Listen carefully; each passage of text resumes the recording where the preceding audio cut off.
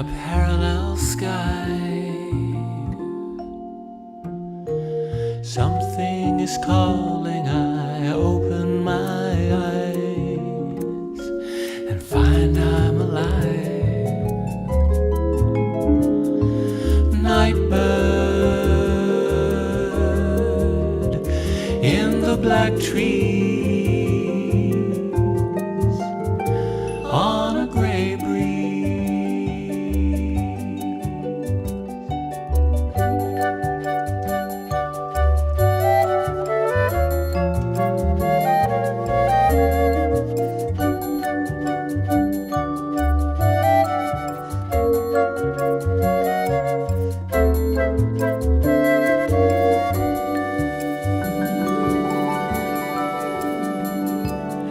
Asking the dead in some parallel room, Danny and Auntie, a cousin or two, is this me or you? Then I come to, oh, nightbird in the black tree on a gray breeze.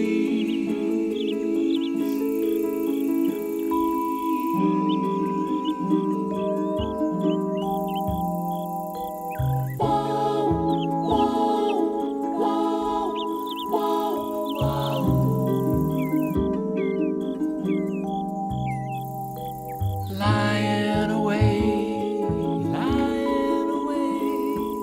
counting the time. Trying to do right by what's left of what's mine, and something sublime. Here comes the light and the dawn bird in Cezanne's dream on a pale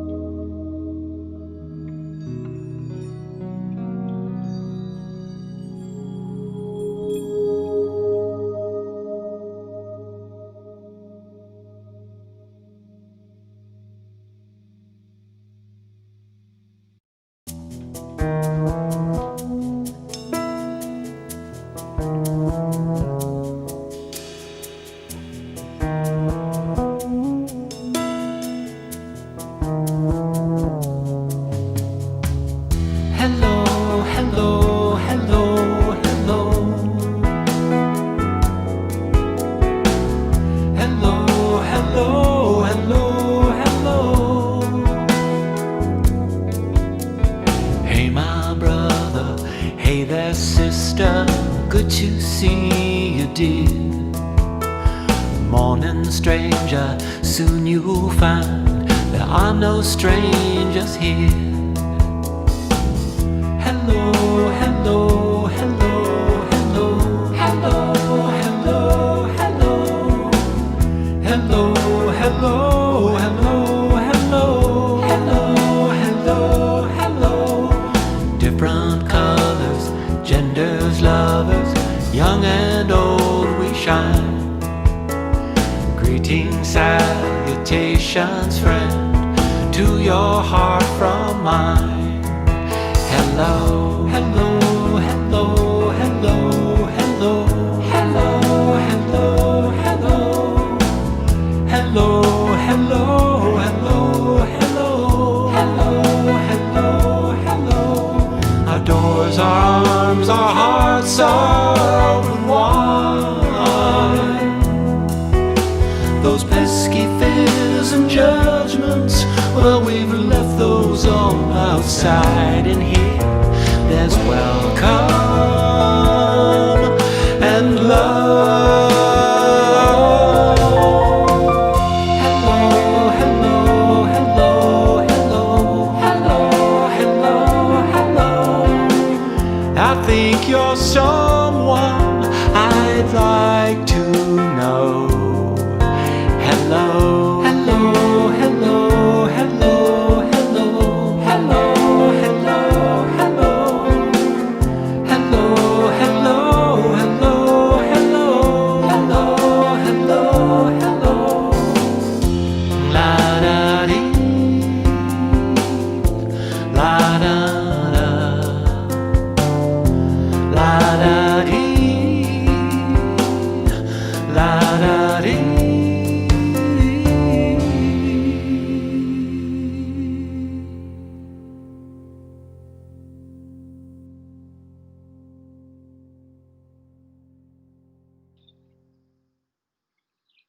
Good morning. For those of you who don't know me, my name is Steve Ferger, and I'm your host for today's live streaming Sunday celebration service coming to you from beautiful Palm Springs, California, on this second Sunday morning of the new year, 2021. You've been listening to Hello by our own Jeff Kingfisher. On behalf of your Leadership Council and our Senior Minister, Reverend Eunice Chalfant, I want to extend a warm welcome and a happy new year to all of our regular viewers here in Palm Springs and all of our many friends from around the country. Richard and Bill in Illinois, Ron Simpson in New Mexico, Terry Ann Gallagher in Port Angeles, Washington, Lori Daigle and Jeff Presley in Miami, Carol Evans and Jonathan Ashwell, and Daniel Mediano right here in Palm Springs. No matter where you are on your spiritual path, or where you may be watching from this morning, you are welcome here. We like to begin the service by reciting our mission and vision statement. Please follow along with me. At CSLPS, we envision a world where oneness is cultivated, unity is lived, and reverence for all life is practiced, empowering us to thrive individually and collectively. And of course, we do this through the teachings of science of mind and spirit and the practice of unconditional love. There are several things for you to be aware of this week. This coming Wednesday, January 13th at 3:30 in the afternoon, join Reverend Eunice for our rescheduled monthly visioning session and be part of helping capture Spirit's highest and best vision for our center and for our individual lives. Among other things, we'll be visioning on new ways to expand our community's online connectivity in this time of physical isolation. Visioning is one of three primary spiritual technologies we use in Science of Mind, along with affirmative prayer and meditation. Come be part of uncovering the next unfolding step in the evolution of our center in these unique transformational times.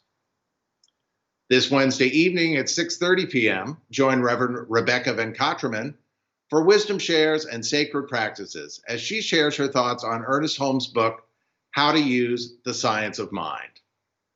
As we begin a new year, we'll revisit the statement, change your thinking, change your life, as we connect in a deeper way to the unchanging divine reality of our true nature. The laws of nature are universal. Our use of them is individual and personal. This is the secret of the teachings of the science of mind. Join Reverend Rebecca as we set our intentions with clarity for the new year. That's this Wednesday evening at 6:30 p.m. on Zoom. For those of you who may have missed out on the 28th day Faith Lift experience or would like to participate again, Reverend Eunice will be repeating the class one last time beginning this Tuesday. For your convenience, there will be both a morning and evening session. The evening session begins on Tuesday, January 12th at 6:30 p.m., with the morning session beginning the following day, January 13th at 10:30 a.m. You can sign up for the 28-day Faith Lift experience on our website, cslps.org, under classes and events. Join practitioner Mitch Alcorn for a timely and important new class based on Brené Brown's best-selling book, Braving the Wilderness. This 6-week class will challenge everything we think we know about cultivating true belonging in ourselves, our communities, our organizations, and our culture. Together, we'll discover how to change the internal conversation that keeps us feeling separate and different while mapping a clear path on the journey to true belonging. That journey cuts right through the wilderness. The wilderness turns out to be the place of true belonging, and it is the bravest and most sacred place we will ever stand. The class begins on January 21st from 6:30 to 8 p.m. If you intend to take the class, you must buy the book, Braving the Wilderness, and read the first chapter in advance. We continue to look for a few social media savvy people to learn and support several different marketing and production skills currently vital to the functioning of our center. If you have these skills and are interested in helping out, please call Margie Roth at the office or leave a message at 760-323-5447. So in just a few minutes, our practitioner of the day, Tommy Jones, will be offering today's reading and invocation. Reverend Vince Kiefner is holding high watch during today's service, and practitioner Mitch Alcorn will be your host in the upper room immediately after the service. Now, let's slow down, relax, and take a few deep breaths as we allow the music to take us all just a bit deeper.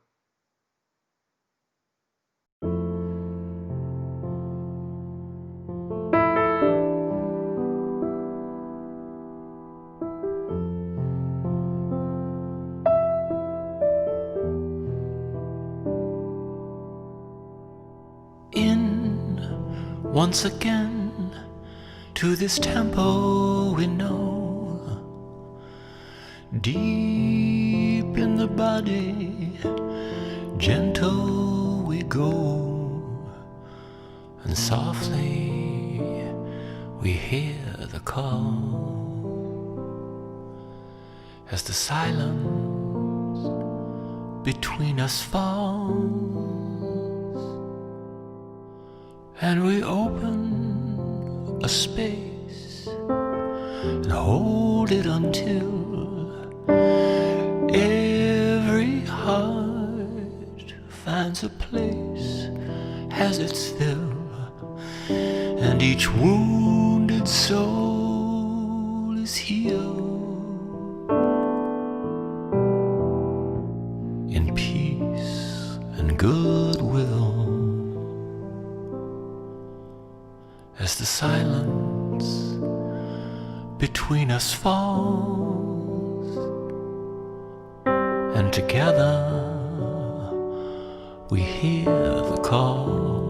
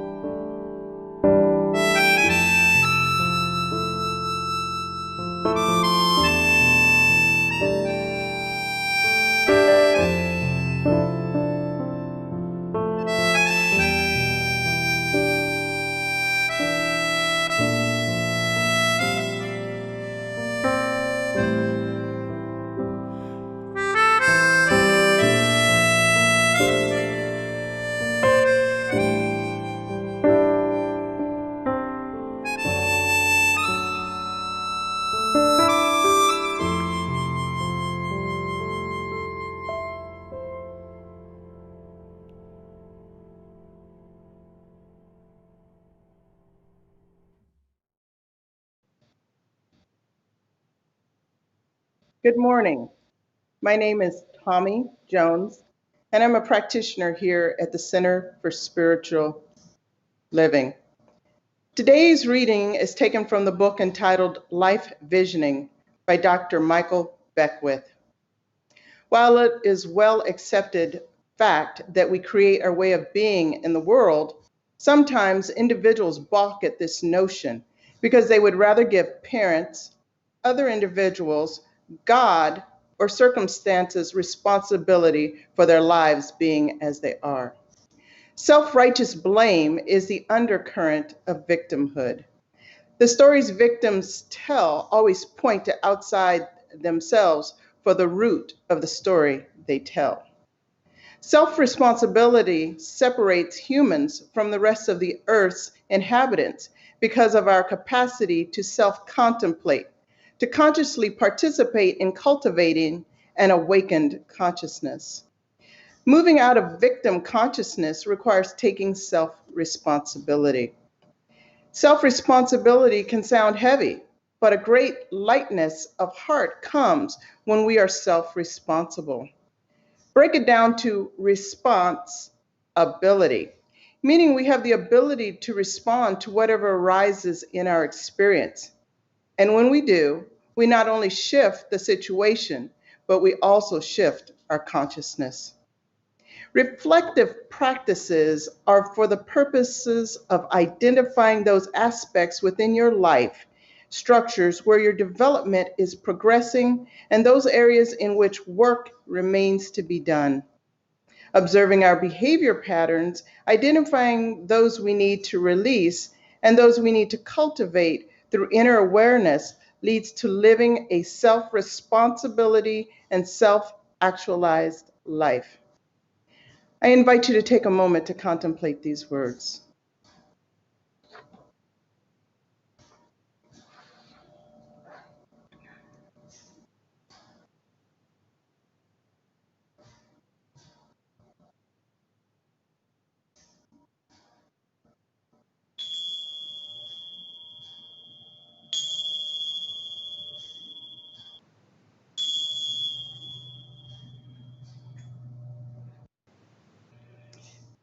So help me God. Being centered and spiritually connected means I know there's only one God. God is the creator of all things seen and unseen. God's good and blessings manifest as peace, joy, love, life, and abundance. Born of God, God expresses through me as me. And so I too radiate the attributes of God, of peace, love, joy, and abundance.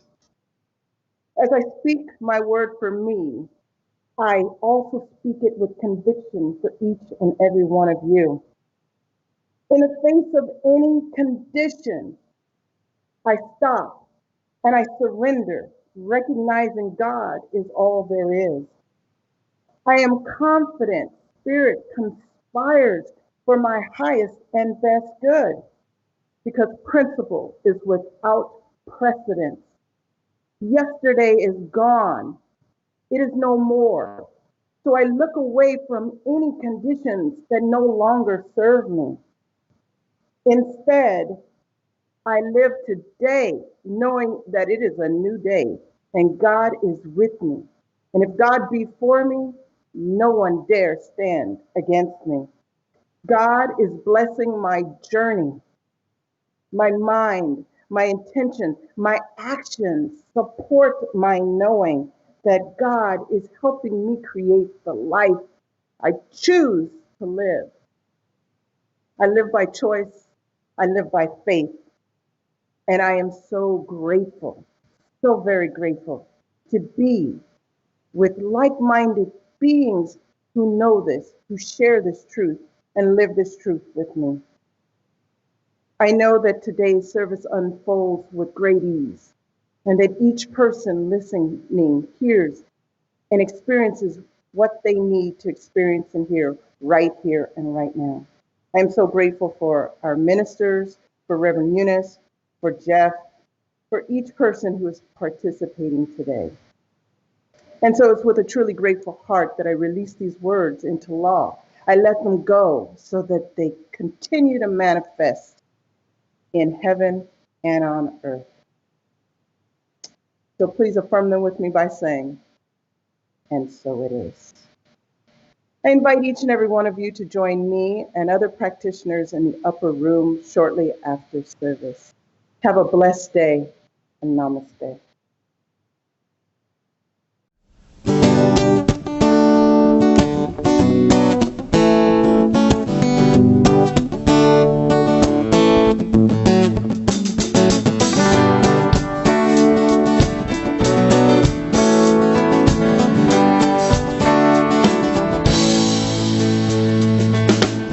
Walk a mile or a minute in another man's shoes. He's got a path to take to find his truth. Any way you spin it, he's a lot like you, finding his faith on roads that you never choose. Keep on walking, keep on walking.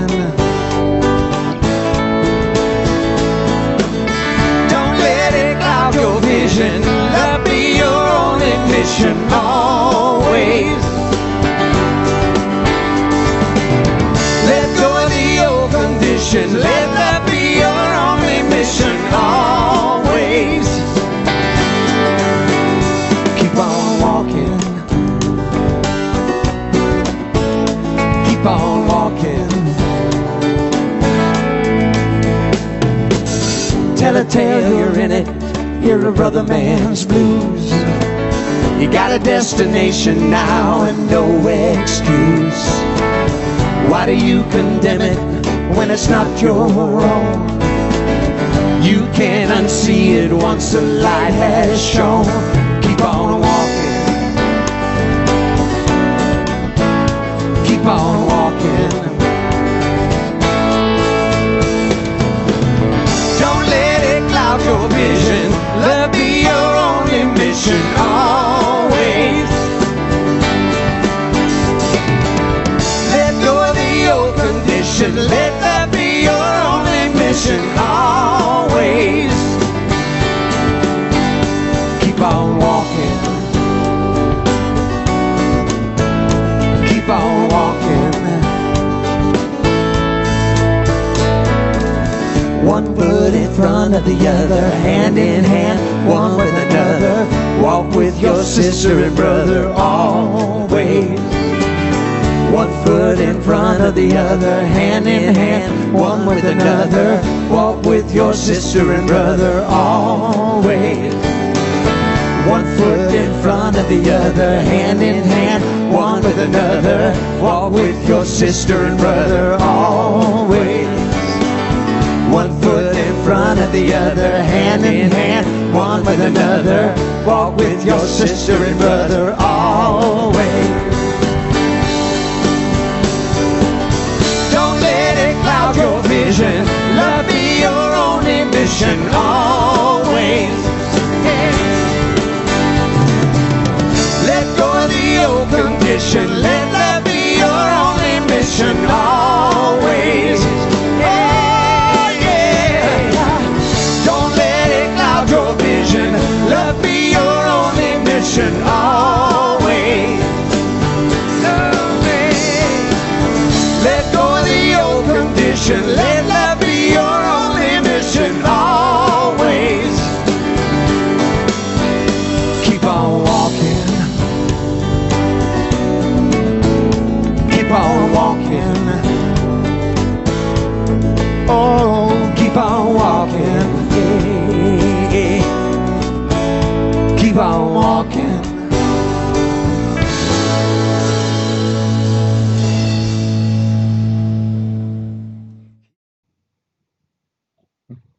Good morning, beloveds.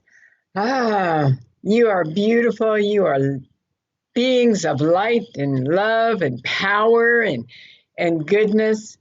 And it is in that consciousness that I welcome all of us into the beloved community, this community of like-minded individuals who gather together to co-create a vortex of openness and receptivity to the highest truth of being, which always is downloaded into powerful realizations and insights of our oneness and unity in God. And I'm just so grateful to be with you today.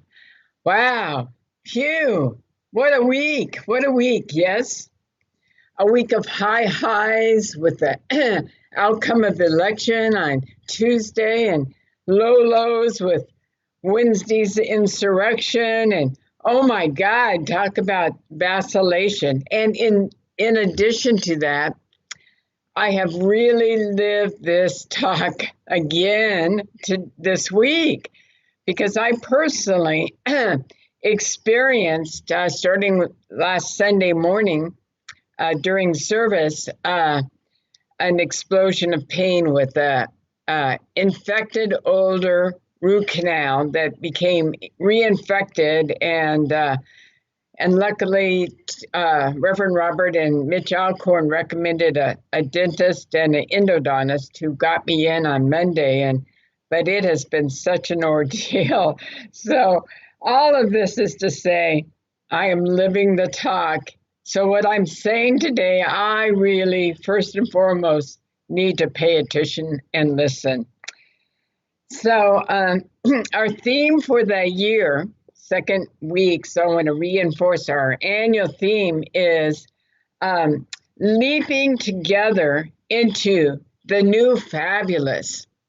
So last week we created a foundation of understanding because I talked a lot about the annual theme and the different words and what everything means. And what I talked about last week was that with this whole bold statement of leaping together into the new fabulous, what the first thing that comes up is willing. Like I said last week, I don't know if I can do that. Are you not paying attention to what's going on in the world and all kinds of things like that? I quoted a person who will re-anchor in this possibility. And this person is by the name of Hal Tipper. And Hal Tipper is a mindfulness teacher and a happiness coach. I didn't know they had coaches for unhappiness or for happiness, not unhappiness, happiness coach, which reminds us that we have the capacity to be happy in our lives. And this is what Hal says. Letting go is the willingness to change your beliefs in order to bring more peace and joy into your life, instead of holding on to beliefs that bring pain and suffering. So that is what willingness is. Willingness is really about the willing to let go of beliefs.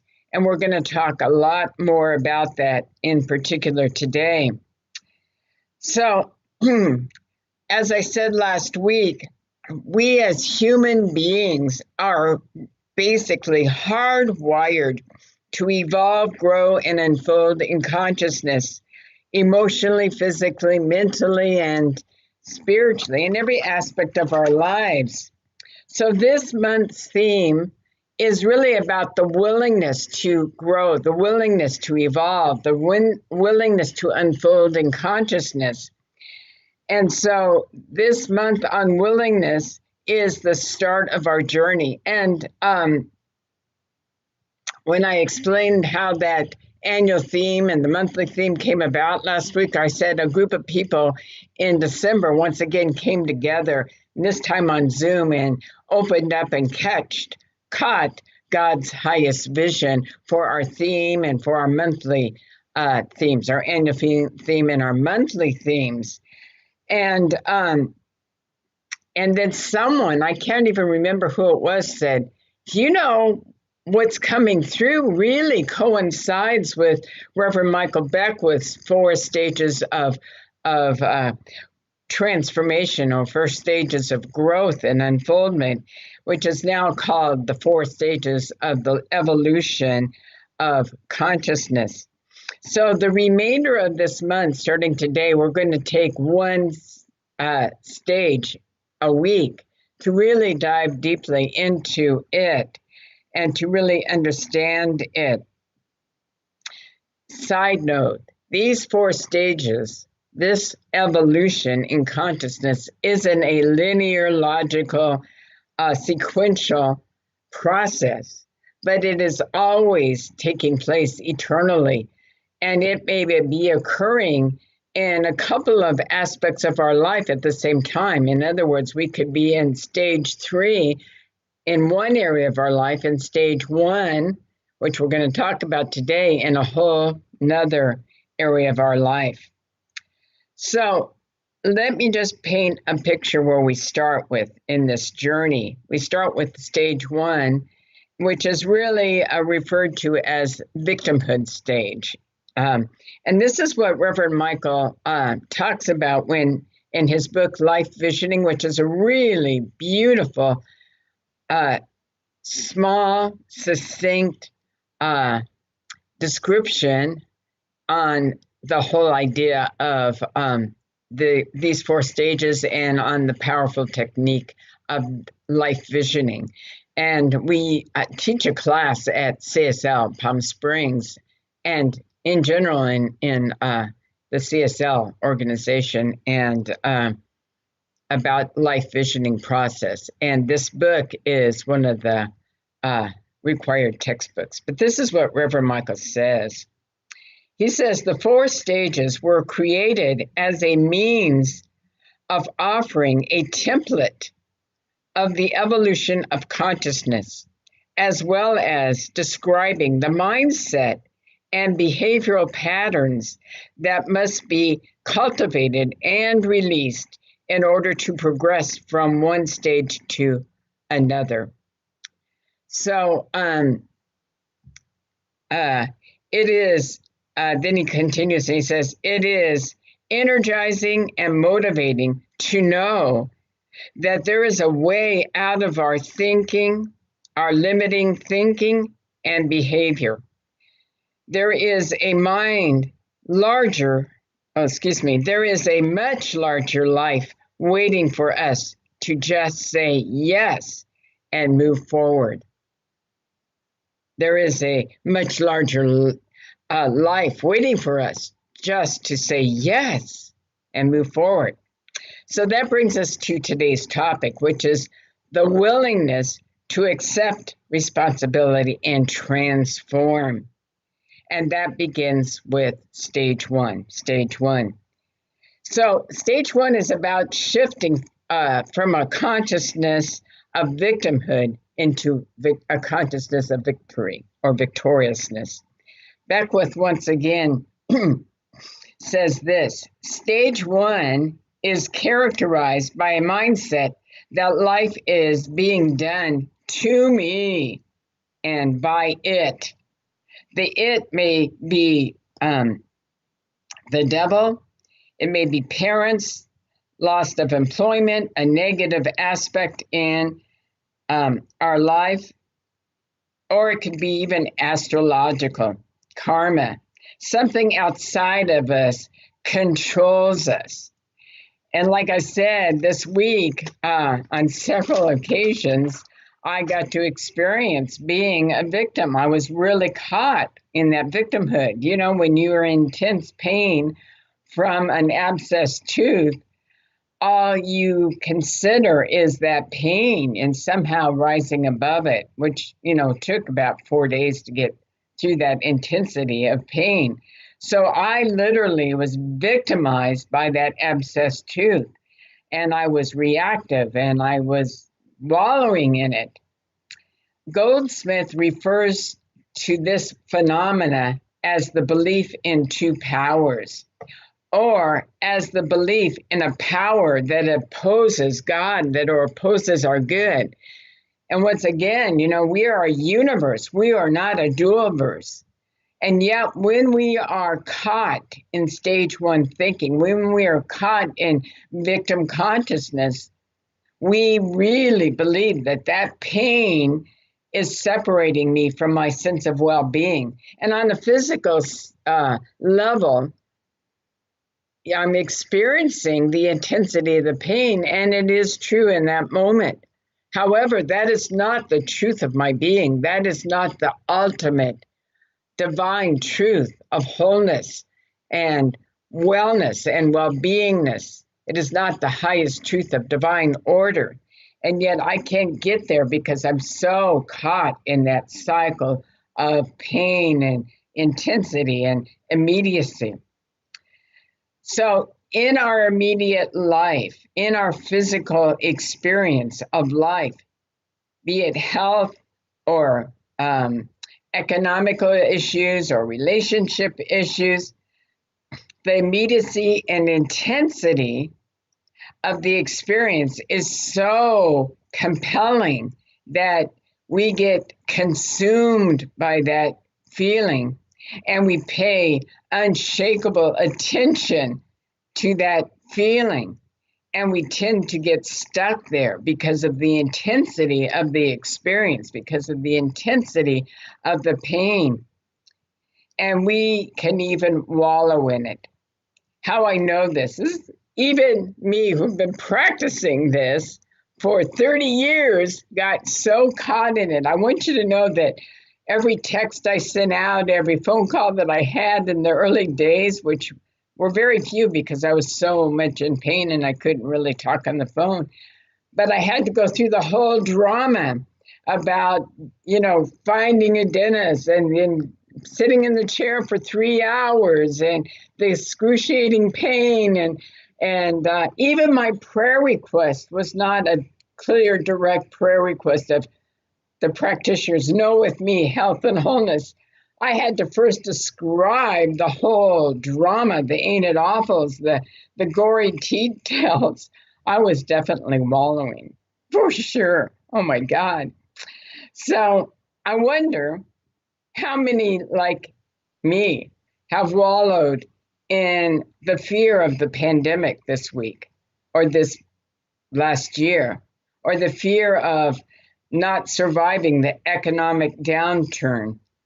And on Wednesday, how many of us got fearful that, oh my God, we are going to surrender to authoritarian rule. The mob is coming after us. All that stuff, all that drama, all the ain't it awfuls is so distracting. It is so captivating of our attention. And it is so compelling that we forget literally who we are, even those of us who have worked on ourselves for many years. So when our life outpictures a very intense experience, it is easy to do. So therefore, the thing is to remember that it is not the pure original experience that is the cause of the feelings of victimhood or powerlessness. It is the belief drawn as a result, a belief in the two powers, as Goldsmith said, the belief in the separation from our good, and the reliance on judging by appearances. What we're experiencing as the appearances in the moment almost overwhelms our critical thinking. It blinds us and we become deaf to the inner still small voice of wisdom and truth. And so we form beliefs around that. We form beliefs that, oh my God, there's so much to fear in the unknown coming up. What if it duplicates what I've already experienced? What if the pain gets worse? What if the intensity is more than I can control? And we can start to believe in the fear of nothing ever changing, or not able to break free of this, or whatever that pain is. It's not the original experience. It's the feeling, response, and the subsequent belief that is formed around that experience. And then we get to the point where we go, this is true, because that's how I'm feeling right now. And we think that the feelings validate and proves that belief. And I never thought of it that way until I was reading Gary Simmons' work on conflict resolution in his book, The Eye of the Storm, where he talks about what we are feeling and our reactions to things serves as a reinforcement, as a validation to that belief that I am powerless, I am helpless against the world of effects. And we go into that vicious cycle, that loop of the ain't it awfuls. So that is why we seem to want to judge by appearances, and we give justification based on the intensity of the pain.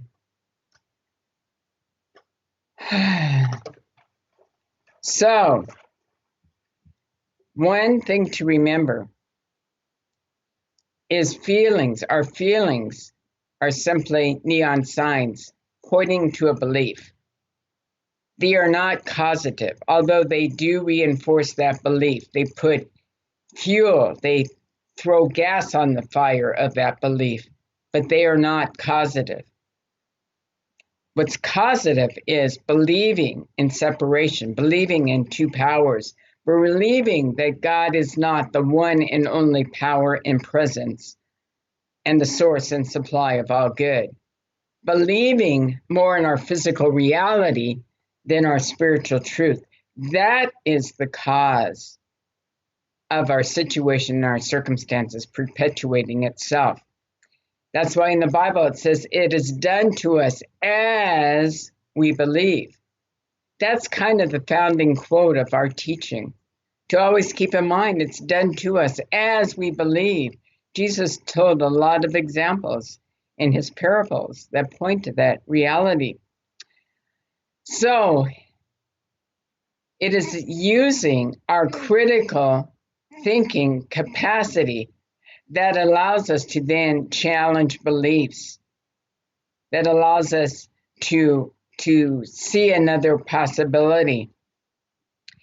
And in the continual regurgitation of the story, like I did, that continual behavioral pattern, that mindset of dwelling and wallowing in the ain't it awfuls reinforces beliefs, and it keeps us trapped in the quicksand of that particular belief.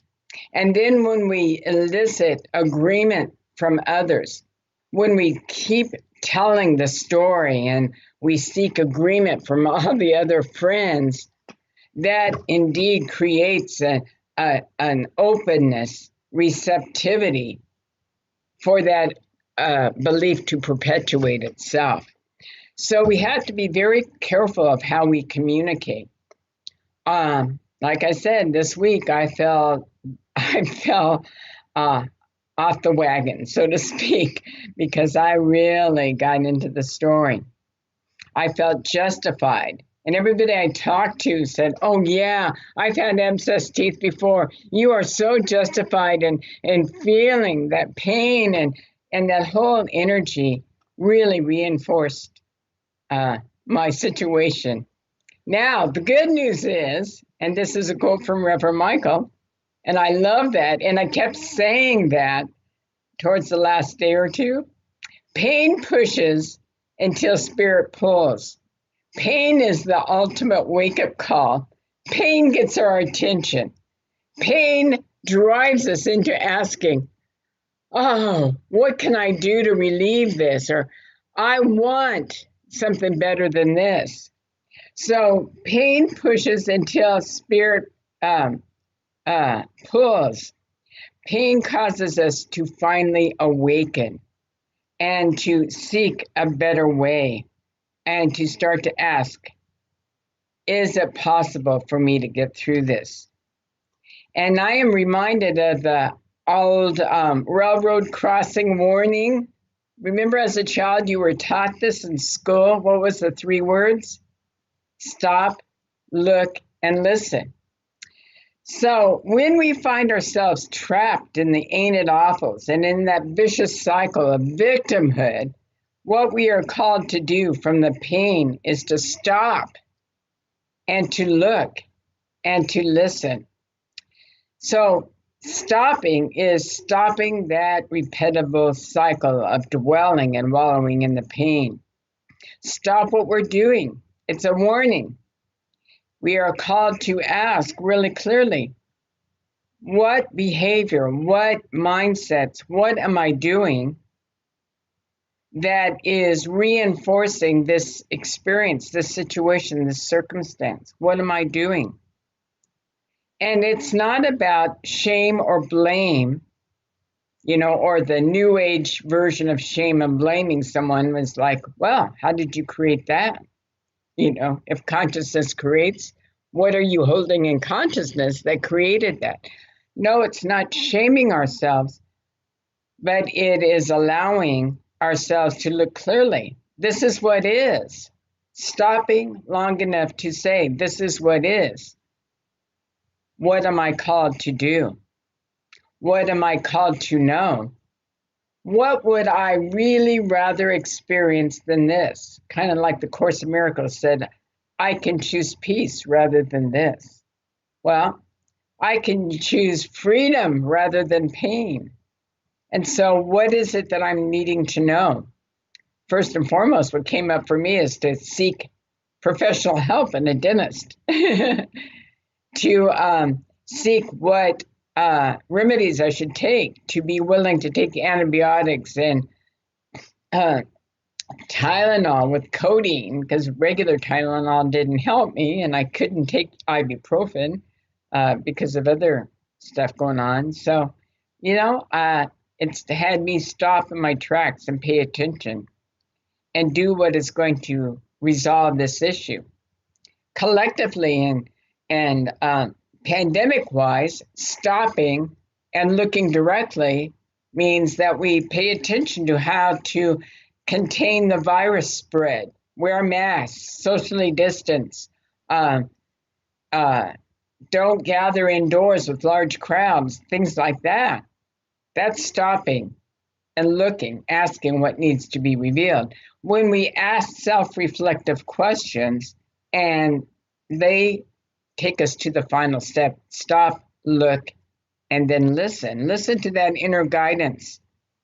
So these are things that bring us to taking responsibility for ourselves and our action. And I love the word responsibility because, like the opening reading says, it simply means the capacity and the ability to respond.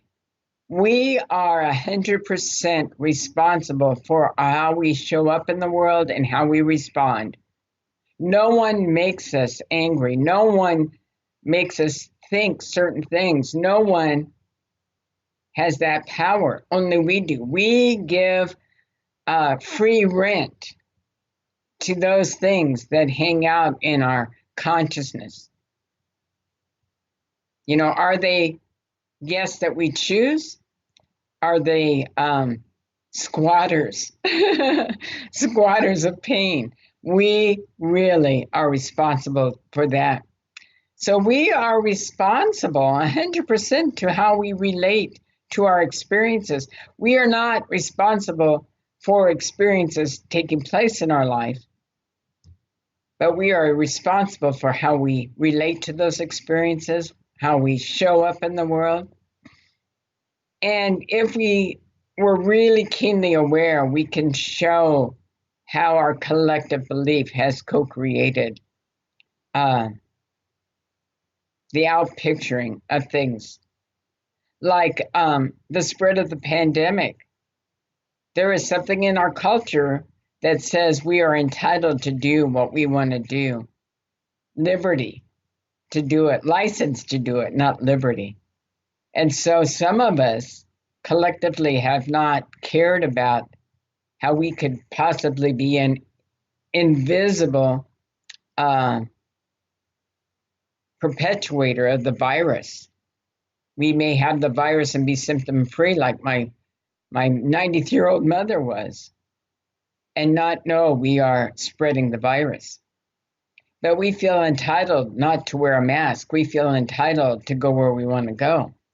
That's something that's very obvious, but we do it in so many little subtle ways.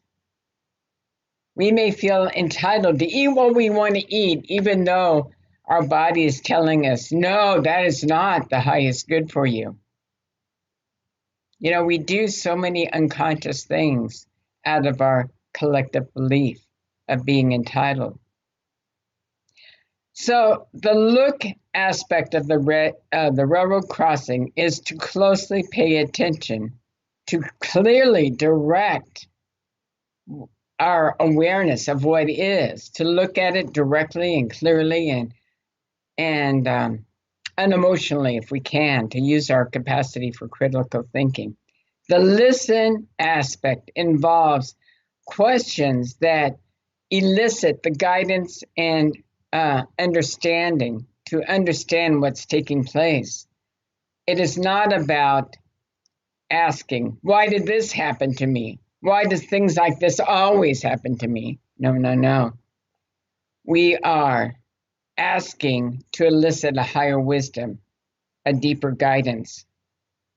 So when we say, this is it, I see clearly now, what is my best course of action in response to what is? Then we know how to move forward. Reverend Michael Beckwith again says this in that vision book. Identifying the ways in which victimhood has a foothold in your consciousness is the path to break through and release. The practice of self-reflection is a valuable mirror for revealing your conscious and unconscious patterns present in each of the 4 steps. So having stopped, looked, and listened, we move forward mindfully and intentionally. We develop a new direction which we take, which now takes us to the 2nd stage, which is next week. That stage is all about manifesting and demonstrating your heart's desire. So the thing to remember about the 1st stage of victimhood is how to get out of it. And the key is always about responsibility, having the ability to respond intentionally, consciously, without shame or blame, and choose a new direction. And that is what we do. So, as our opening reading says, not only shift this activity of taking responsibility, not only shifts the situation, but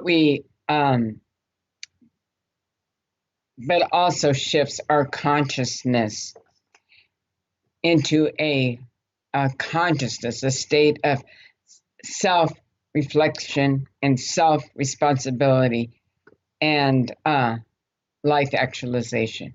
It all leads to the highest good for all and for our life. So let us breathe this in and let us pray now. Ah, what a joy it is to come together as one, to throw our hearts wide open and to know that the ultimate reality is one. God and only God, one power, one presence, one life, one truth that is never touched by human situation or circumstance. God is the Alpha and the Omega, the center of all life without circumference.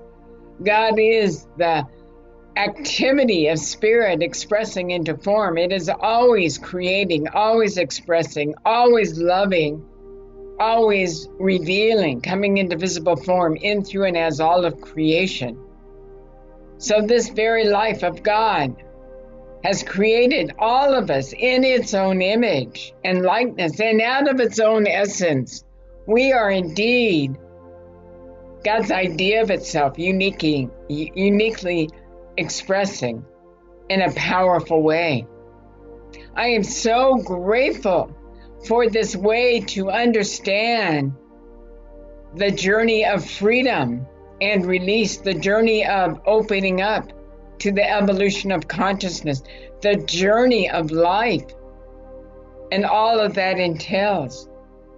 I'm grateful for this map of consciousness that allows us to understand every stage of the journey and that empowers us to go forth and to be true co-creators with the divine goodness of God. I take this moment to bless all those who have been impacted by the COVID, including our beloved newest co-creator that just joined our community a couple of weeks ago, Ron Simpson, as he has been diagnosed with COVID upon a return from the Christmas holidays to Oklahoma City.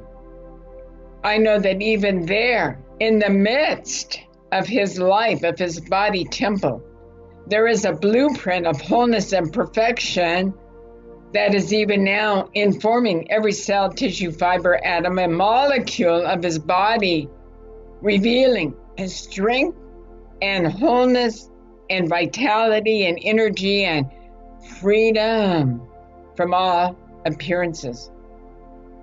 I know what is true for Ron is true for every single person experiencing either COVID or other disorders from their normal wholeness of body.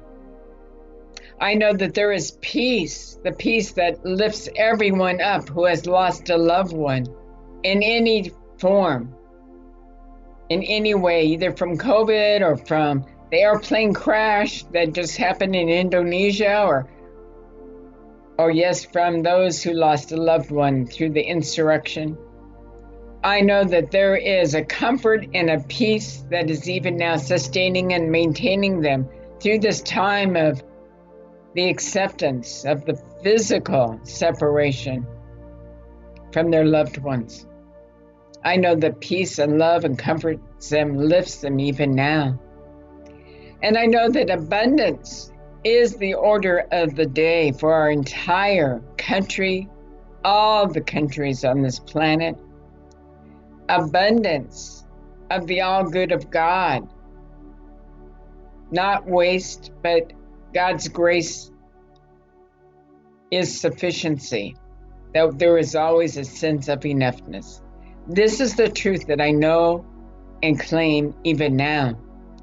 And so living from this truth, I am so grateful in our vision of creating a world that works for all, and of our vision statement of our beloved community, where we practice and cultivate and celebrate our oneness, our unity, and our reverence for all life. So for this beloved community that is even now thriving and growing and expanding, I do give thanks. Thank you, Father, Mother, God. I release this living word now into the universal creative medium, which is the law of mind and action, the law of good, the law of God. And together we affirm this truth by saying, and so it is, now and forever.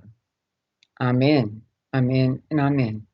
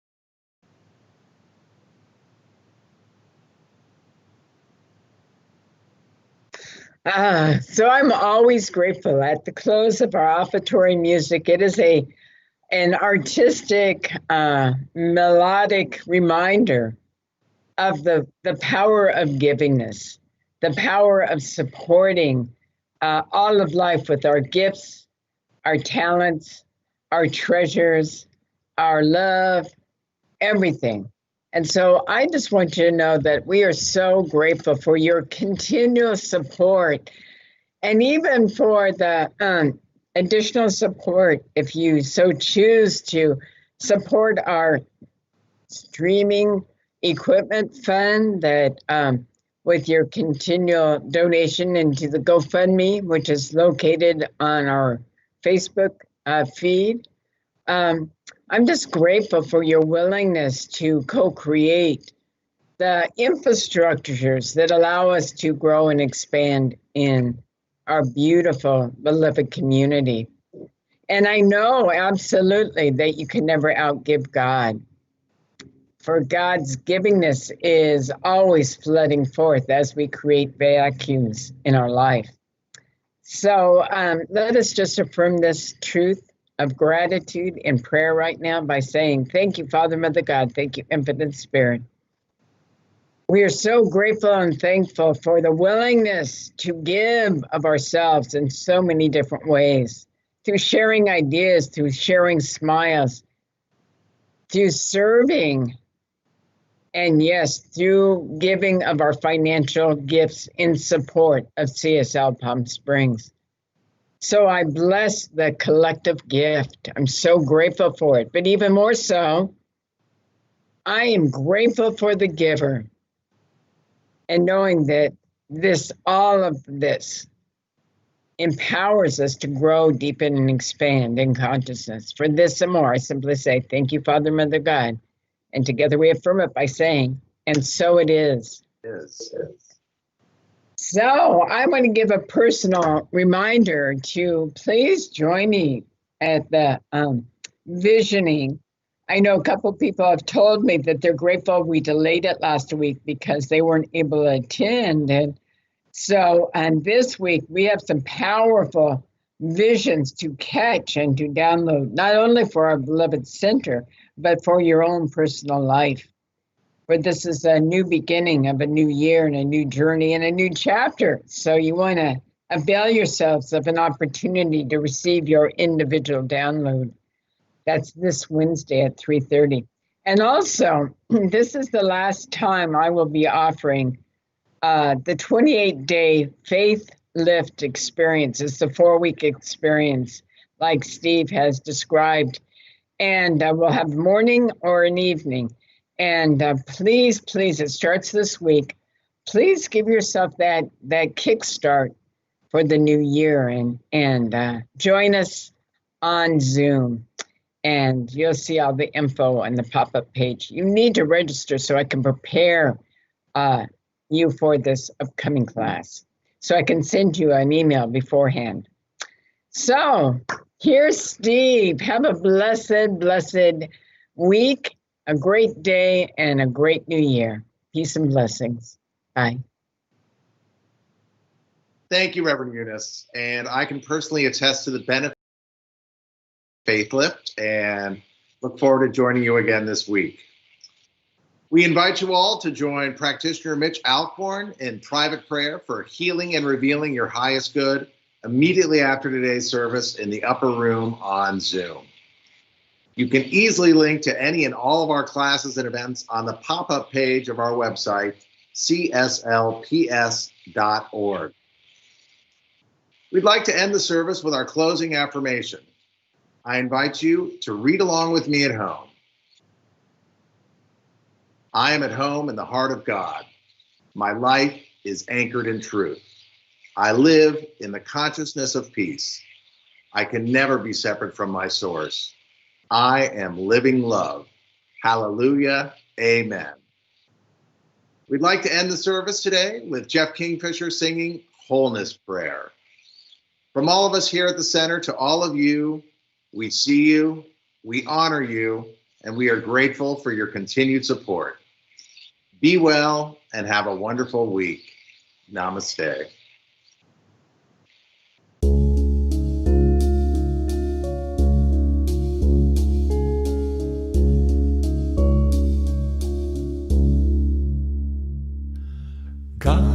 is the whole of me, love flows through me. God is the whole of me, love flows through me. God is the whole of me, love flows through me. God is the whole of me, love flows through me. I give, forgive, embrace,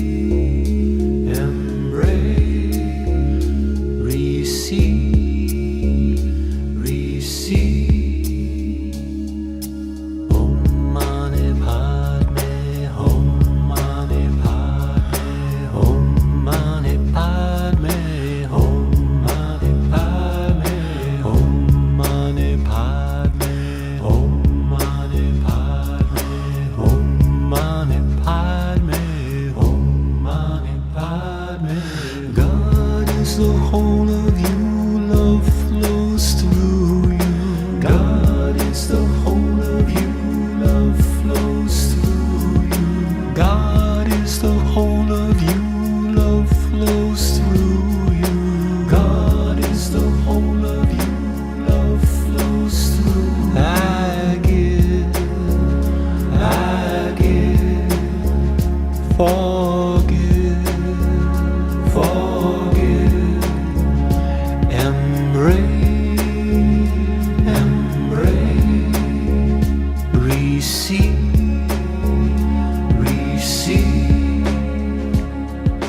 Om Mani Padme, Om Mani Padme, Om Mani Padme, Om Mani Padme, Om Mani Padme, Om Mani Padme, Om Mani Padme, Om Mani Padme. God is the whole of us, love flows through us. God is the whole of us, love flows through us. God is the whole of us, love flows through us. God is the whole of us, love flows through us. God is the whole of us, love flows through us. God is the whole of us, love flows through us. God is the whole of us, love flows through us. God is the whole of us, love flows through us. We give,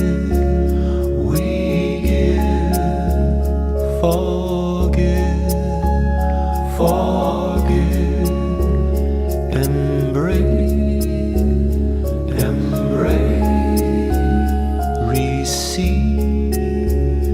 receive. Om Mani Padme, Om Mani Padme, Om Mani Padme, Om Mani Padme, Om Mani Padme, Om Mani Padme, Om Mani Padme, Om Mani Padme, Om.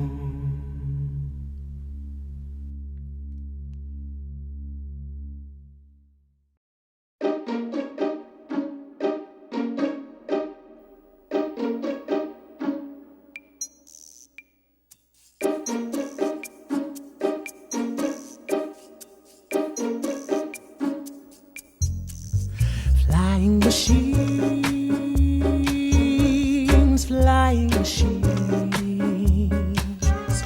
magnificent men in their lying machines, denying machines, selling, buying machines,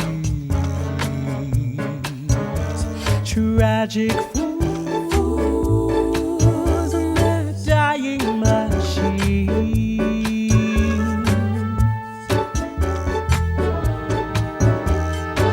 Snarled cars and gnarly weather, broken phones and all together angry.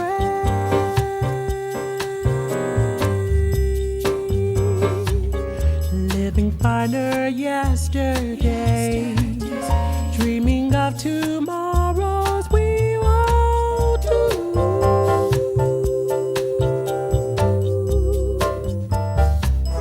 Like it, why can't take their share? Sell a story, say your prayers, then off to war.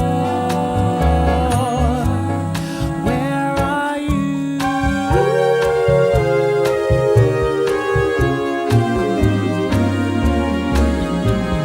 Flying machines, flying machines, magnificent wind, we wake to the dream, defying routine, unified and serene, fabulous fools and the trying machines.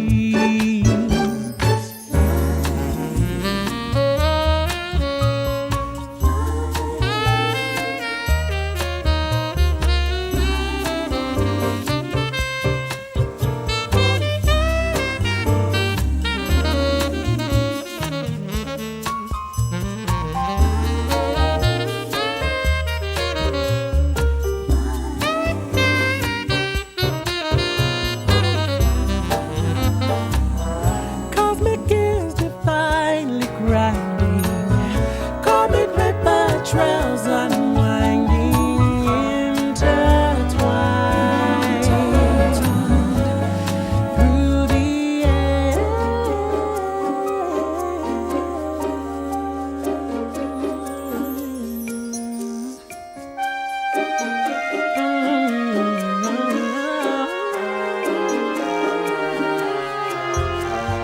Flying machines, flying machines, beneficent men in this greatest of schemes.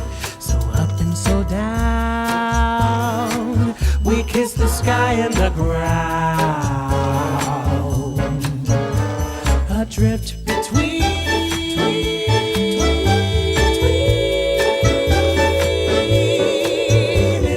Flying machine.